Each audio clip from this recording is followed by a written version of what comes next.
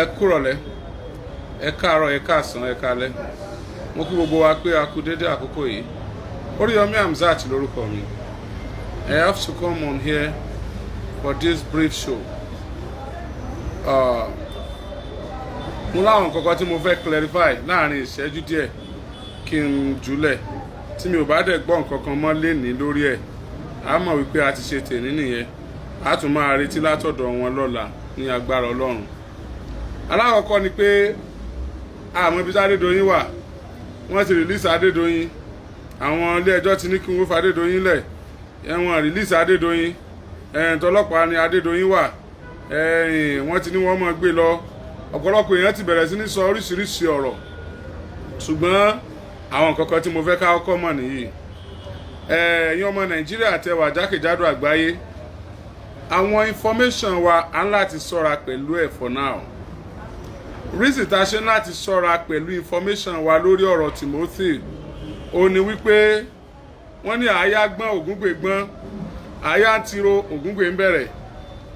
Adédoyin àti àwọn comrades ẹ̀, àwọn tó ń ṣiṣẹ́ fún àti àwọn tó ń ṣiṣẹ́ fún Abdulrahim ọmọ Adédoyin wọ́n jáfáfá púpọ̀ ní orí ẹ̀rọ ayélujára. Lẹ́yìn tí wọ́n ti gbìyànjú láti mú ẹ̀rọ ayélujára Oriyomi Hamzat balẹ̀ tí Ọlọ́run fún wọn ṣe, tí wọn ò dẹ̀ rí tẹ̀ lórí ba fún ìfẹ́ inú wọn, wọ́n gbìyànjú wọ́n ṣe nǹkan míì. Nǹkan míì tí wọ́n ṣe ni pé lórí show tí mò ń ṣe yìí wọ́n ti dórí ẹ̀ báyìí. Tí mo bá ti bẹ̀rẹ̀ show tó bá ti ní ṣe pẹ̀lú tiwọn, wọ́n á sáré wá. Àwọn náà wọ́n ti follow wa.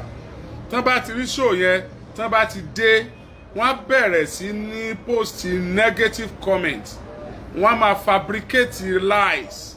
Wọ́n á máa sọ nǹkan tá a sọ tẹ́lẹ̀. Wọ́n á fẹ́ kìlì nǹkan tá a gbé lọ́wọ́. Ẹlòmíì inú wọn á wá gẹ́gẹ́ bí elite. Ó lè máa advice wa wípé ká jẹ́ kí law take stand there, ká jẹ́ kí òfin ṣiṣẹ́, ká má jẹ́ kí emotion control wa. Let me put the record straight. From the beginning of this matter, I have never for once allowed my emotion to control me. I allow my profession to control me professionally. So the ethics of the job I am doing, I hold on to it from the beginning of this show.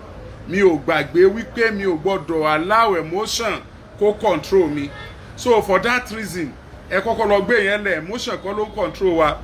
But we cannot rule out emotion on a show like this. We cannot rule out emotion completely on a show like this because only an animal, someone that is not a human being, will just be following this particular show without allowing his or her emotion to take part on the show. tí emotion àwa tá ń wo kò bá wà tí ò bá function tí ò bá exist ní máa load data kẹ́ tètè máa wò kẹ́ fẹ́ mọ ibi tó kí ló tún ṣẹlẹ̀ bó ló máa já sí. So we cannot rule emotion out totally on a program or on an incident that affects woman's life. So in fact ọlọ́pàá gan tọ́lọ́pàá bá ṣiṣẹ́ kò ní jẹ́ kí emotion control òun ni lórí matter yìí ó máa allow emotion kó live torí ẹni tó bá ti pa emotion ẹ̀ lórí irú matter yìí irú wọn là ń sọ pé wọ́n ti jẹ heart wọn lẹ́rìí ọkàn. Ẹni tí emotion ẹ̀ ò bá active tí ò ṣiṣẹ́ lórí matter yìí irú àwọn yẹn ó ní wọ́n lè da ọ̀rọ̀ nù anyhow ó ní wọ́n lè tọ́jú autopsy report ó ní wọ́n lè fabricate autopsy report ó ní wọ́n lè máa fabricate lies kán máa block ẹni tó bá ń expose iṣẹ́ burúkú kán máa sọ ọ̀rọ̀ burúkú fún ẹni tí ó bá ń try láti tàn mọ́lẹ̀ síbi tọ́rọ̀ dé dúró lórí ikú Timothy. Ẹ má jẹ́ kí n tàn yín tó bá yẹ pé emotion ló máa control mi ni tí mo bá ṣe ètò ìṣẹ́jú méjì ó yẹ kí n ṣe pé ìṣẹ́jú kan àbọ̀ kí n wá sọ̀rọ̀ fún 30 seconds tó kù ni nítorí pé I'm also a woman being ẹ̀jẹ̀ ló ń flow nínú veins mi èmi náà bímọ èèyàn kan ló bí èmi náà èyàn ó imagine pé tó bá so ní ńkọ́ èyàn á imagine tó bá ṣe bí èèyàn ní ńkọ́ ẹ ti ẹ̀jẹ̀ á gbà wípé àti ìrí autopsy report ìbéèrè tí mo fẹ́ béèrè nígbà tí lọ́ọ̀yà Timothy lọ́ọ̀yà Adédoyin tó ń pòyì court wọ́n lọ court ní ọ̀sẹ̀ tí a ṣẹ̀lótán ẹ̀ wọ́n tún lọ court lánàá wọ́n insist pé kí court ó grant bail fún Adédoyin kó máa lọ lé tó bá yẹ pé èèyàn ni wá lóòótọ́ á wà béèrè pé ok lórí ọ̀rọ̀ tó tiẹ̀ wá ńlẹ̀ gan with or without autopsy so ẹ ká Adédoyin lọ lé with or without autopsy so ẹ ká Adédoyin lọ lé let's ask ourselves ẹ já bira wa now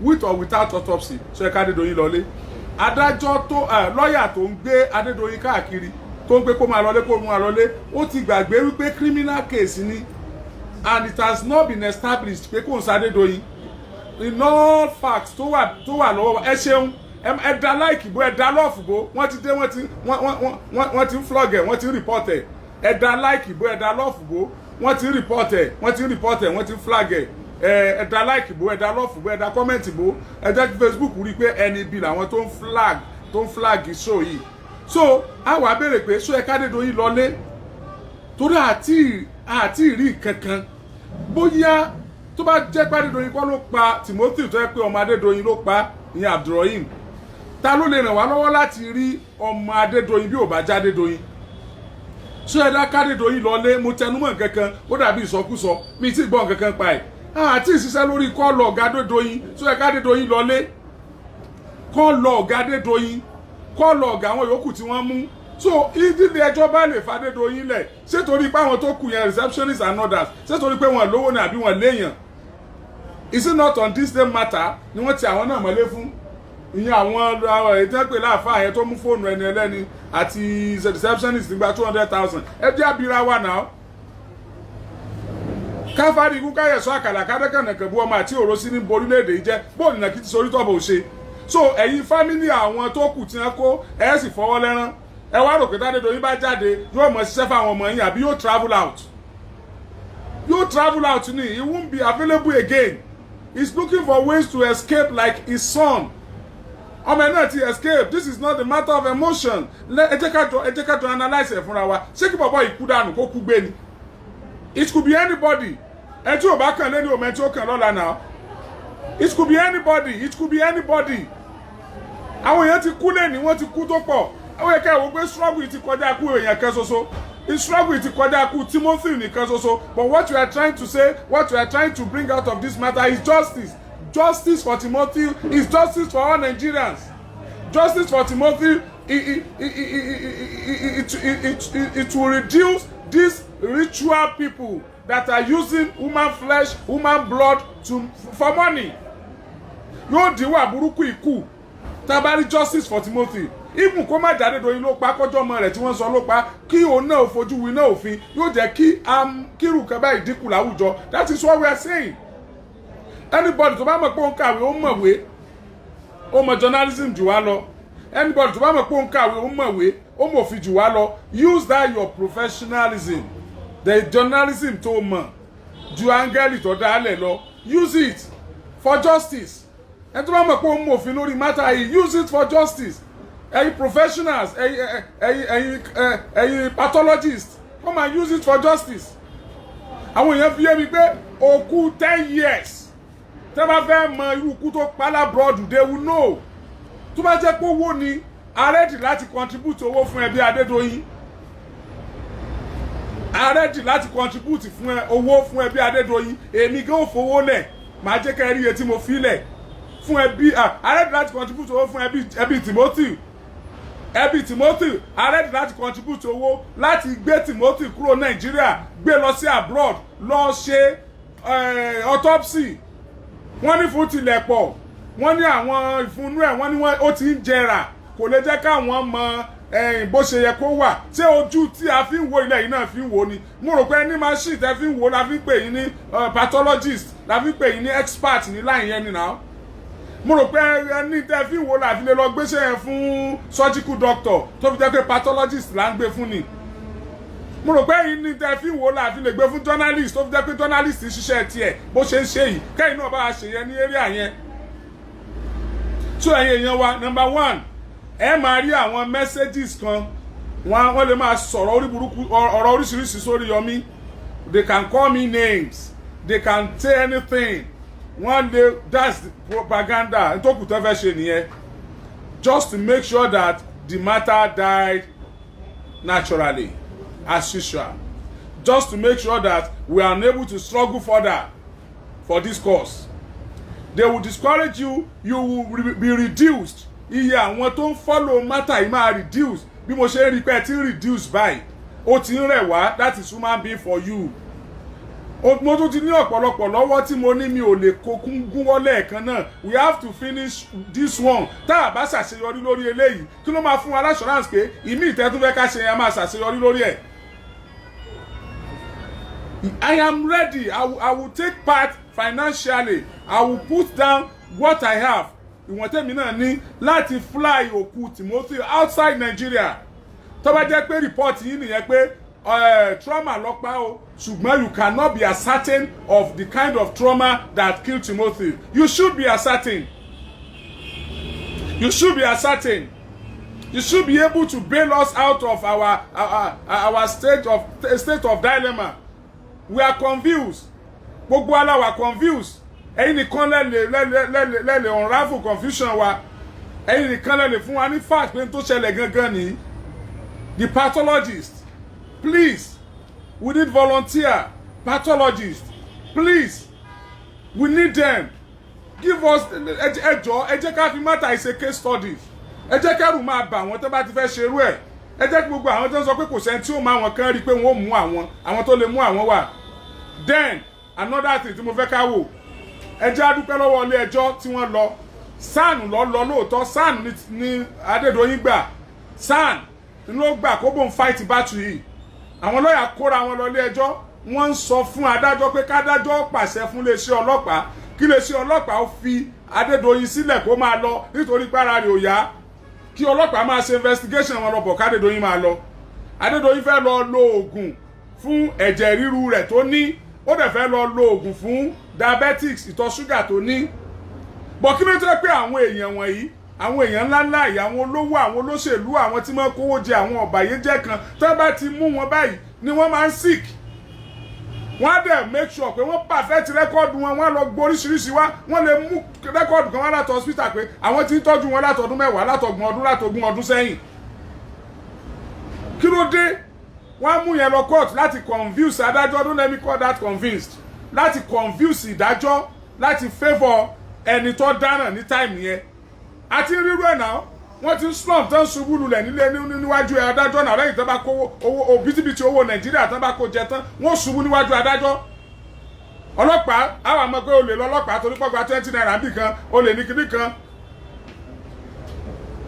Pathologist, autopsy report lágbà tí, autopsy report lọ jáde tí, olè sí lọ́lọ́pàá. Tọ́lọ́pàá ní ọlọ́pàá ló ṣe autopsy ní ọ̀wá náà, ẹ wá kọ gbogbo ẹ̀, ẹ kàn wá kọ gbogbo ẹ̀, àwa mọ̀mọ́. à ń gbọ́ tọ̀tún à ń gbọ́ tòsì àwa mọ the real result gangan. Àwọn kan tún wá gbé story jáde pé wọ́n ní o ìfúnlẹ̀pọ̀ o ìfúnjẹra o àwọn ò lè mọ̀. Can you imagine? Journalists ń gbowó for propaganda, journalists ń gbowó for image laundry, journalists ń gbowó láti mú ẹni tó ṣàìdá kúrò nínú ìgbèkùn torí àpò tiẹ̀. Rìsọ́ọ̀tì autopsy àríbọ̀rọ̀. Àwọn ọlọ́pàá tún wá ṣiṣẹ́, adájọ́ tún wá dájọ́. Adájọ́ ní kí Adédoyin sì wà lọ́dọ̀ ọlọ́pàá. Torí pé mo ti ń rí oríṣiríṣi ìròyìn, mo dẹ̀ ń gbọ́ adájọ́ ẹgbọ́ o, ìtadájọ́ sọ ní o. Adájọ́ ní kí Adédoyin kó sì wà lọ́dọ̀ ọlọ́pàá. Adájọ́ ò gba bẹ́ẹ̀lì Adédoyin o. Adájọ́ ò nìkan gbé Adédoyin travel out o. Ó ní kí Adédoyin kó sì wà lọ́dọ̀ ọlọ́pàá. Ṣùgbọ́n o, kí lè ṣe ọlọ́pàá ó fún Adédoyin láǹfààní láti tọ́jú ara rẹ̀. Mínì, mo ti rí èèyàn kan bàdàn bí wọ́n pè lólóṣèlú. Níbi ìjà òṣèlú ó sàlé ó ṣe gbogbo ẹ̀ wọ́n mú nínú ìwé ìtàn. Wọ́n mú wọ́n tì mọ́lé ó padà kú sẹ́wọ̀n. Nígbà tó kú sẹ́wọ̀n tí wọ́n lọ sí, wọ́n tún so áńkọ́ọ̀fù mọ́ sàárè rẹ̀. Ìgbà tó lo ẹ̀wọ̀n rẹ̀ pé ni wọ́n tó tú áńkọ́ọ̀fù níbi sàárè rẹ̀. Olóṣèlú ńlá ni níbàdàn yìí. Tó bá yẹ pé wọ́n fẹ́ tọ́jú Adédoyin, ó ní kí ló dé tí àwọn lọ́ọ̀yà àwọn àbúrò Adédoyin tí wọ́n ń disturb ọlọ́pàá ẹ̀ẹ́dọ́gá Adédoyin ó kú. Adédoyin dàgbà ju Timothy lọ náà. Kì í sọ ọmọ kékeré, àní kó kú. Àwa náà pé kó kú, òfin ò ní kó kú síbẹ̀ yẹn, òfin ò ní kó pa, but òfin ní kó investigate.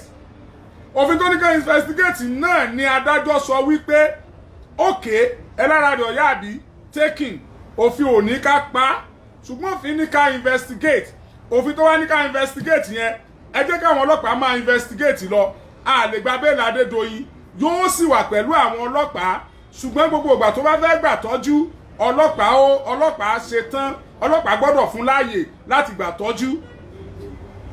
Now, ẹ lọ fún lóògùn. Tádédoyin bá fẹ́ lóògùn, ẹ lọ fún lóògùn. Wọn ò ní ẹ má mọ òògùn wá, ẹ lọ fún lóògùn. Tí wọ́n bá ní ẹ má mọ òògùn tí ó lò wá, ìní ẹja gbọ́. Ṣùgbọ́n àrọ̀lẹ́sí ọlọ́pàá ayé yóò ní bàjẹ́. Àwọn òògùn ìbílẹ̀ nǹkan àwọn bí ẹ̀rọ kìnnì kan tá a ṣe, afẹ́ ṣe kìnnì kan, òògùn ìbílẹ̀ ni máa ń wò.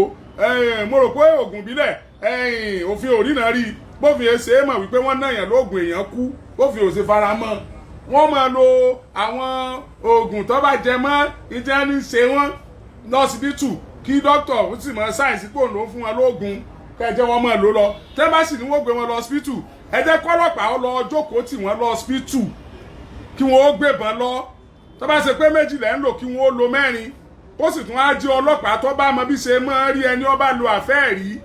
Tẹ́pẹ́ tó bá dé sí wọ́n. Àwọn ń tá a béèrè nu ayé yóò ní bàjẹ́ ẹ̀yin ọlọ́pàá. Ayé yóò ní bàjẹ́ ẹ̀yin ọlọ́pàá. Ayé yóò ní bàjẹ́ ẹ̀yin ọlọ́pàá. Ṣé wọ́n ti dé? Ẹ máa wò wọ́n o, wọ́n ti máa dé o. Àwọn èèyàn Adédoyin ti dé o. Àwọn èèyàn Adédoyin ti dé, tẹ́ ẹ bá ti rí wọn, ẹ máa bá ń fún ọ tán. Kò yé mi o, mọ̀ bóyá ní forensic laboratory ni o, àní ìkẹ́rújú o. Ẹ jẹ́ wọn máa sọ fún yín. Until tí a bá gbọ́ official presentation of the autopsy ni mo tó lè sọ̀rọ̀ nípa autopsy for now. Ntẹ́mi kàn wà ní pé kò tiẹ̀ wá yé mi mọ́. Àbú pathologist ti family gbà o. Tó bá ṣe pé tí ó jẹ́ kí òun àtàwọn ọmọ rẹ̀ ọmọ ríra wọn pẹ́ tíyàwó rẹ̀ ò ní dopó táwọn ẹbí rẹ̀ náà ò ní fojú sunkún rẹ̀ ní pé kó kúrò Nàìjíríà kó kọ́kọ́ mọ́ ẹ lọ ibi tó bá lè sinmi síná ayé rẹ̀ ò ní bàjẹ́ o. Kìnnì kan tó bá yọ oko jẹ́ ní jẹ́ pẹ́ o kó lọ sinmi ń bẹ̀ kó lọ jókòó ó wá lè mọ́ sẹ́ndì rìpọ́ọ̀tì fún wa láti ibẹ̀ káwa náà mọ́ kà ń bí o kọ́kọ́ lọ jókòó ò ní kú dànù ayé rẹ̀ ò ní bàjẹ́ àti wípé kéèsì gbóná ju tá à ń sọ lọ. But now ẹ̀yin èèyàn mo ti pè yín rí kẹjẹ àjọ bú ọlọ́pàá bọ́lọ́pàá bá ṣe tó kù díẹ̀ káàtó. Lónìí mo fẹ́ pè yín kẹjẹ àjọ yin iléeṣẹ́ ọlọ́pàá orílẹ̀-èdè Nàìjíríà pàápàá jùlọ àwọn tí wọ́n ń ṣiṣẹ́ lọ́wọ́ lórí ọ̀rọ̀ Timothy l'Abuja ẹ bá ń dúpẹ́ lọ́wọ́ wọn. Mo wá fẹ́ bẹ̀ yín, wọ́n ti fẹ́ máa create sympathy fún Adédoyin against ọlọ́pàá. Wọ́n ń gbé ìròyìn káàkiri wípé despite àṣẹ ilé ẹjọ́ àwọn ọlọ́pàá ọ̀dálé ẹjọ́ lóhùn ò release Adédoyin. Clarification tí mo mú wálé ni pé ilé ẹjọ́ ò ní kọ́lọ́pàá release Adédoyin o. Tó bá ṣe pé àwọn ọlọ́pàá yẹn ti gbowó, wọ́n ti compromise ni àwọn ọlọ́pàá tó ń ṣiṣẹ́ lọ́wọ́ l'Abuja báyìí. Ó rọrùn fún wọn láti release Adédoyin báyìí kí wọ́n wá sá sí abẹ́ ìdájọ́ yẹn. But they are not ready to compromise. They are ready to do their work diligently. They are doing that job with fear of God. They are waiting for the God to reward them. They are not ready to collect any ritual money from anybody. And they are not ready to bend for one stupid prayer. Wọ́n dúró, wọ́n release Adédoyin. Ẹ wá máa bá ń dúpẹ́ lọ́wọ́ wọn kẹ́sì máa bá ń ṣàdúrà fún wọn. Gbogbo ẹni tó bá wá mọ̀ wọ́n kó máa bá mi pè wọ́n. Ẹ máa pè wọ́n l'Abuja àwọn ọlọ́pàá yẹn. Everybody tẹ́ bá mọ̀ pé ó ń ṣe ní police headquarters l'Abuja. Ẹ wá bàbẹ̀ sí bá mi pè wọ́n báyìí. Ẹ máa ṣàdúrà fún wọn. Wọ́n ní fọwọ́ wọn gbọ́mọ sí. Wọ́n ní ṣìṣe. Wọ́n ní fòkú àwọn náà tẹ́lẹ̀ ọkọ̀ lọ lé. Wọ́n ní pa wọ́n dànù. Wọ́n ní sọ hòtẹ́ẹ̀lì dé sí bí hòtẹ́ẹ̀lì Adédoyin. Ẹ má bá ń ṣàdúrà fún wọn nítorí pé mo wà impressed. Mo wá rí pé àwọn press kan àwọn arábí ti fẹ́ lọ sá sí wọn lábẹ́ láti máa lọ create sympathy for Adédoyin. Why Adédoyin alone? Tá bá fẹ́ release Adédoyin kó present ọmọ rẹ̀. Tá bá fẹ́ àwọn ọlọ́pàá tí wọ́n release Adédoyin tí wọ́n rí lọ́ọ̀yà yẹn gan tí ń gbé Adédoyin káàkiri tí ń lọ ilé ẹjọ́ ó lè mọ̀ pé àwọn ọlọ́pàá ti rí débẹ̀. Ní táwọn ọlọ́pàá ti mọ̀ lórí kéèsì àwọn ọlọ́pàá tó wà l'Abuja yẹn ní tí wọ́n ti mọ̀ lórí kéèsì ó súnmọ́ kí lọ́ọ̀yà yẹn gan mọ̀ tí ì mọ̀. Ǹjẹ́ yìí mọ̀ dí tí wọ́n fi wá ń sáré kí pé kán sá release Adédoyin by fire by force. Ó lè má jẹ́ torí ara rẹ̀ tí ọ̀yá tí wọ́n sọ. Ó lè jẹ́ láti cover àwọn nǹkan kan. Ó lè jẹ́ àwọn ìlẹ̀kùn kan l'Adédoyin fúnra rẹ̀ lè wọ̀ láìkàn. Ṣùgbọ́n tó yẹ pé àwọn èèyàn tí ń rán bẹ̀ pẹ̀lú ibi tó wà yẹn wọn ò rí lẹ̀kùn yẹn kàn débi pé wọ́n ó ṣí lẹ̀kùn fún wọn. Ó lè jẹ́ àwọn bọ́tì kan l'Adédoyin gbọ́dọ̀ tẹ̀ fúnra rẹ̀. Ṣùgbọ́n tó rán èèyàn lọ pẹ̀lú ibi tí ẹ̀ tí mọ́ tí ò láǹfààní àti kànlẹ̀kùn yẹn tó wá jẹ́ kí gbogbo nǹkan kó yíwọ́ kó máa lé kókókó.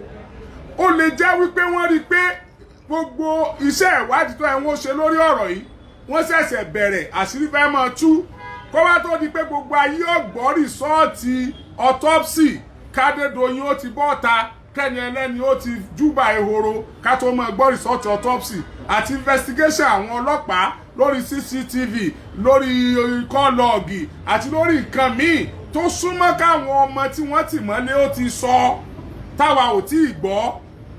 Ó súnmọ́ pé wọ́n fẹ́ kó jáde kí gbogbo eléwo tó hàn sáwọn èèyàn ni. So mo fi gbogbo ẹnu sọ fún yín o. Ilé ẹjọ́ ò ní kí wọ́n fi Adédoyin lẹ̀ o. Àti lílọ kìíní àti lílọ kejì. Wọ́n sì ti sún ìgbẹ́jọ́ sí oṣù kìíní àbóṣù kejì. Ó dà pé wọ́n sá ti sún let me put it this way. Wọ́n ti to be at safer side. Ibi náà mo ti tẹ̀ sí mi lè rí wò báyìí. Wọ́n ti sún ìgbẹ́jọ́ di ọdún tó ń bọ̀. Bádédoyin ọba kú òǹbẹ̀hún ó di 2022.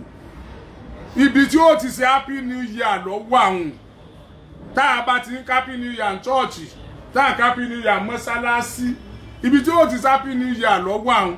Ó sì súnmọ́ kọ́ ẹ pé bàbá ti ṣe happy new year. Táwọn ẹbí Timothy bú ẹkún pọ́mọ àwọn ọ̀bá wọn sọdún yìí. Iná ni gbogbo àṣírí tó kù ìní ọ̀padà tú. So ẹjọ́ torí Ọlọ́run ẹ máa bá mi ṣàdúrà fún àwọn ọlọ́pàá tí wọ́n ń ṣiṣẹ́ lọ́wọ́ lórí ikú Timothy l'Abuja. Ẹ ṣé mo dúpẹ́ o. Ẹ ṣé mo dúpẹ́ o. Ẹ ṣé mo dúpẹ́ o. Ẹ ṣé mo dúpẹ́ o. Ìkan yóò ní bàjẹ́ o. Ẹ dákun sà tó bá jẹ́ pé result autopsy yẹn táwọn fámìlì Timothy bá ní àwọn ò gbà wọlé ẹ béèrè kí wọ́n fẹ́ tó bá pín láwọn fẹ́ kán fly out ni inú owó táwọn èèyàn dá fún ìyàwó Timothy àtẹ̀bí Timothy ń jò ní àní mú kọ́bọ̀ ń bẹ̀. Mo fi gbogbo ẹnu sọ fún yín okay on the 12 ẹ ṣeun o wọ́n send date mi bí mi tó rí mọ́ o mi rí mọ́ ní ọ̀hún fóònù inú owó tí wọ́n dá fún Timothy wọ́n dá fún family Timothy àní mú kọ́bọ̀ ń bẹ̀ lágbára Ọlọ́run tó bá ṣe wípé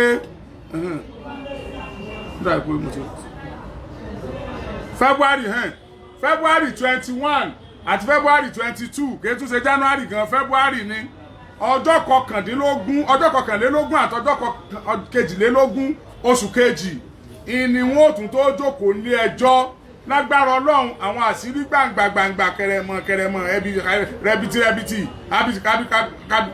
oh God kábìtì yóò ti tú by that time lágbára Ọlọ́run tó bá wá jẹ́ wípé wọ́n láwọn fẹ́ kí wọ́n gbé òkú Timothy travel out láti mọ tó ṣe ni tán bá wà convinced tán bá gbà pẹ̀lú result tó jáde torí pé mo rò pé lábẹ́ òfin wọ́n láṣẹ láti sọ pé àwọn ò gbà tán bá láwọn ò gbà lábẹ́ òfin tí iléeṣẹ́ ọlọ́pàá ẹ̀kú lè kówó lẹ̀ kí wọ́n fi gbé lọ èmi fi gbogbo ẹnu sọ fún yín pé àní mú kọ́bọ̀ inú owó tá a ti dá fáwọn ẹbí wọn èmi kò léwájú nígbà ń bá kọ́kọ́ sọ tèmi fi ilẹ̀ nítorí pé gbogbo ọmọ Nàìjíríà láti bá a dá sí mo dẹ̀ ń sọ fún yín kódà kó jẹ́ 20 million kọjá àtọwọ́ gbogbo ẹ̀ àtọwọ́ tí wọ́n fi gbé àtọwọ́ tí wọ́n fi ṣe lọ́hùn kó jẹ́ 20 million naira mo fi gbogbo ẹnu sọ fún yín pé kò ní tó ọ̀sẹ̀ kan tí ó fi pé ní agbára Ọlọ́run kò ní tó ọ̀sẹ̀ kan tí ó fi pé ẹ dákun torí Ọlọ́run ẹ dákun ẹ tẹ̀síwájú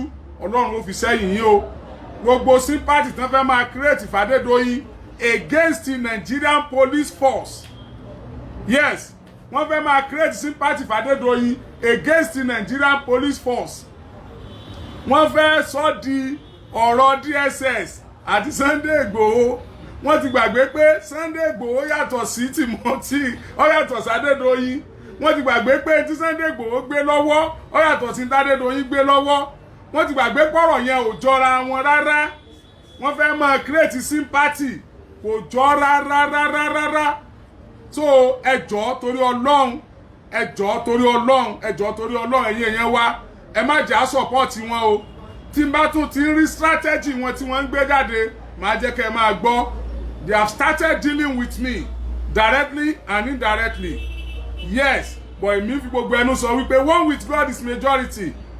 with God is majority láàrin èmi àti wọn wàláhì àṣẹ̀ṣẹ̀ bẹ̀rẹ̀ ni kò ní sú mi kò ní rẹ̀ mí títí tá a fi rí ìdájọ́ òdodo I am ready for them 100%.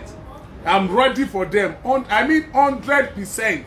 So ẹ̀jẹ̀ kan máa bọ̀ wá wọ́n bá wa ń bẹ̀ wọ́n ti pọ̀ tó torí Facebook ní torí gbogbo ẹ̀ ní online ní gbogbo ibi tá a ti rí wọn kọ́mẹ̀ntì wọn ní gbogbo propaganda gbogbo ìbanilórúkọ jẹ́ gbogbo ẹ̀ inú mi dùn gan mo appreciate ẹ̀ tí mo bá ṣerú nǹkan báyìí tí n bá rírú nǹkan bẹ́ẹ̀ yẹn a jẹ́ pé Ọlọ́run ò tẹ́wọ́ gba ogun tí mò ń ṣe ni so thank you God bless you ẹ tún share rẹ̀ kí àwọn náà ò tún gbọ́ kí wọ́n mọ̀ ṣùgbọ́n ẹ bá mi pe iléeṣẹ́ ọlọ́pàá l'Àbújá tó bá mọ̀ wọ́n pé a dúpẹ́ lọ́wọ́ wọn o Ọlọ́run ó dúró tì wọ́n we really appreciate them bó ṣe ń lọ yìí à ń dúpẹ́ ẹnìkan ò dẹ̀ lè create stupid sympathy kan against wọn láti support ẹni tí wọ́n ń dì pẹ̀lú lọ́wọ́ ẹ sáà máa dì pẹ̀lú wọn lọ pẹ̀lú òdodo nílànà pẹ̀lú òfin orílẹ̀-èdè Nàìjíríà tako fi o tọ́lá wa ti wò ìgbẹ́jọ́ ò ní ẹ túlẹ̀ ìgbẹ́jọ́ ní kó gbà tọ́jú ni òjò báyìí lọ àtúnbọ̀ tá a bá tún ti rí wọn àtúnbọ̀ torí pé ìwà wọn láàfin mọ̀ wọ́n ìṣe wọn lọ́lọ́run ó sì fi dá wọn lẹ́jọ́ Oríyọmí Hamzat lórúkọ mi ẹ ṣeun.